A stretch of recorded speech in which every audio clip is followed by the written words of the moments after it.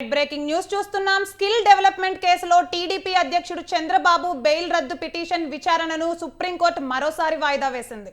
3 వారాల తర్వాత పిటిషన్పై తదుపరి విచారణ ఉంటుందని జస్టిస్ బేలా త్రివేది, జస్టిస్ పంకజ్ మిట్టల్తో కూడిన ధర్మాసనం తెలిపింది. చంద్రబాబు బెయిల్ రద్దు చేయాలంటూ ప్రభుత్వం తరపు న్యాయవాదులు సుప్రీంకోర్టును కోరారు.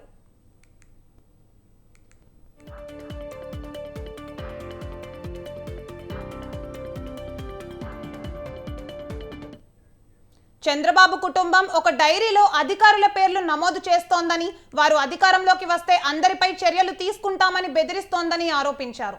ఈ కేసులో బెయిల్ మంజూరు తర్వాత అనేక పరిణామాలు చోటు చేసుకుంటాయని, అధికారులను దర్యాప్తు సంస్థను బెదిరిస్తున్నారని తెలిపారు. వెంటనే బెయిల్ రద్దు చేయడానికి అనేక కారణాలు ఉన్నాయని ప్రభుత్వం తరపు న్యాయవాది ముకుల్ రహోత్కి అన్నారు.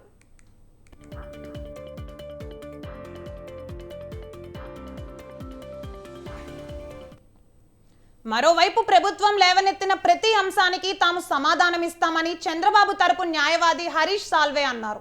దీనిపై స్పందించిన ధర్మాసనం 2 వారాల్లో కౌంటర్ దాఖలు చేయాలని ఆదేశించింది. 3 వారాల తర్వాత తదుపరి విచారణ చేపట్టనున్నట్లు ప్రకటించింది.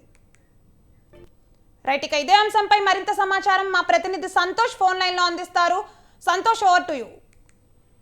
Thank you Priya. ఏదైతే టీడీపీ అధినేత చంద్రబాబు నాయుడుపై స్కిల్ డెవలప్మెంట్ స్కామ్ కేసు అనేది కూడా రాష్ట్రంలో ఒక పెద్ద చర్చనీయాంశంగా మారింది. అయితే ఈ నేపథ్యంలోనే ఆయనకి ఏపీ హైకోర్టు అనేది కూడా ఓరటనిస్తూ కూడా బెయిల్ అనేది కూడా మంజూరు చేయడం కూడా జరిగింది. అయితే ఈ నేపథ్యంలోనే ఇటు ఈ యొక్క బెయిల్ రద్దు చేయాలంటూ కూడా దేశ ఉన్నత న్యాయస్థానం అనేటువంటి సుప్రీంకోర్టును ఆశ్రయించడం కూడా జరిగింది. అయితే ఈ సుప్రీంకోర్టులో చూసుకున్నట్లయితే ఈ రోజు జరిగినటువంటి వాదనలో భాగంగా